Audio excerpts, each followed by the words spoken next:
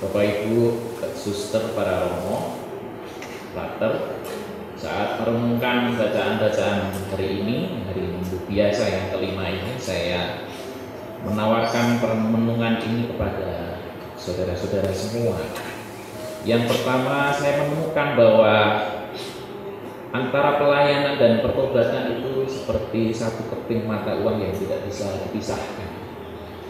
Saya memberikan contoh, kalau Anda itu melayani, misalnya Anda aktif di paroki, seperti seksi ini, seksi itu, bidang sosial, mengunjungi orang sakit, menolong orang miskin, itu bukan sekedar hobi.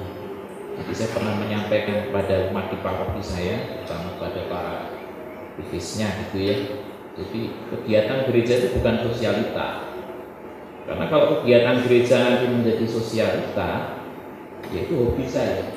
Apa yang terjadi nanti kalau misalnya saya punya ide, punya pendapat tidak diterima, balik kanan bubar jalan.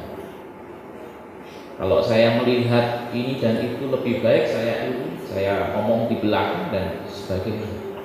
Gereja itu bukan seperti itu. Sebaliknya, pelayanan yang kita lakukan ini bermuara dari pertobatan.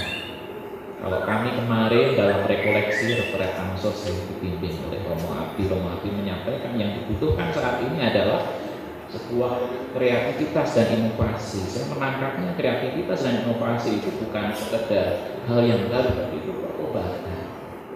Mengapa demikian? Saya merasakannya dalam alur bacaan Injil hari ini.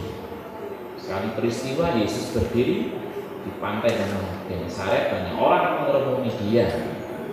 Yesus naik ke dalam perahu, yaitu perahu Simon, dan mendorong perahu itu sedikit jauh ke pantai. Lalu Yesus duduk dan mengajar orang banyak di atas perahu.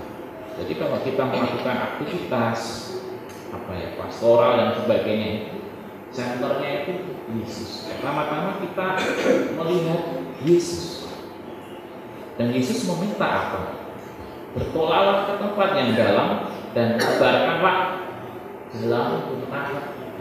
Jadi ke dalam diri saya sendiri dulu.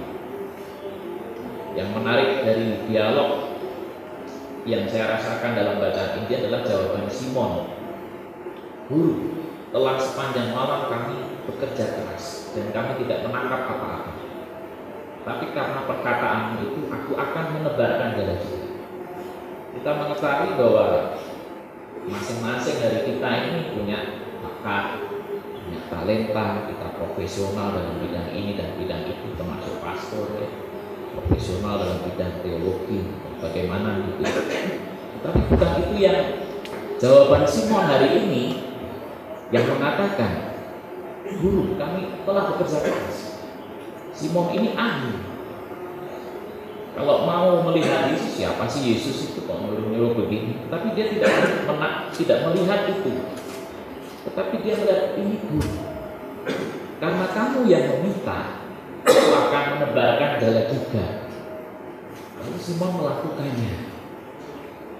Dan ketika Simon melakukannya, ia menangkap sejumlah besar ikan sehingga jalan mulai koyak. Yang menarik bagi saya, ketika hal itu terjadi, Simon bukannya senang. Kemarin sudah kerja, tidak dapat apa-apa, sekarang dapat banyak. Tapi Simon langsung berkata kepada Yesus, bukan masalah itu. Tuhan, pergilah dari hadapanku, karena aku ini orang berdosa. Ini seperti dialog yang tidak nyambung. Kamu kan minta ikan, tak bimbing untuk dapat ikan. Sekarang kamu dapat ikan sampai jalan koyak. Tapi responnya adalah, Tuhan, pergilah dari hadapanku, karena aku ini orang berdosa. Seperti sebuah dialog yang tidak nyambung. Bapak Ibu dan saudara-saudaraku yang terkasih, Yesus disebut Kristus. Jadi Yesus artinya dalam bahasa Ibrani Allah menyelamatkan. Kristus itu artinya yang menyelamatkan. Jadi Yesus Allah yang menyelamatkan itu menjadi dikurang karena dia merendah. Kalau dalam bahasa Rasul Paulus mengatakan, ia yang kaya, aku menjadi miskin, supaya kamu menjadi kaya karena kemiskinan. Jadi Allah yang Maha Tinggi, kita doakan yang diberikan melihat Yesus bisa merendah, modal. Maka kita pun dipanggil untuk setiap hari merendah. Ya Tuhan, ampunilah aku ini orang berdosa, supaya menemukan alur pelayanan dan alur pertobatan yang kemudian dikehendaki Tuhan secara baru dalam hidup kita. Bagaimana ya? Katakan dalam bacaan kedua, Paulus mengatakan, aku ini sesungguhnya tidak pantas disebut rasul, tetapi dipakai oleh Kristus. Dan akhirnya bacaan pertama mengatakan, inilah kuduslah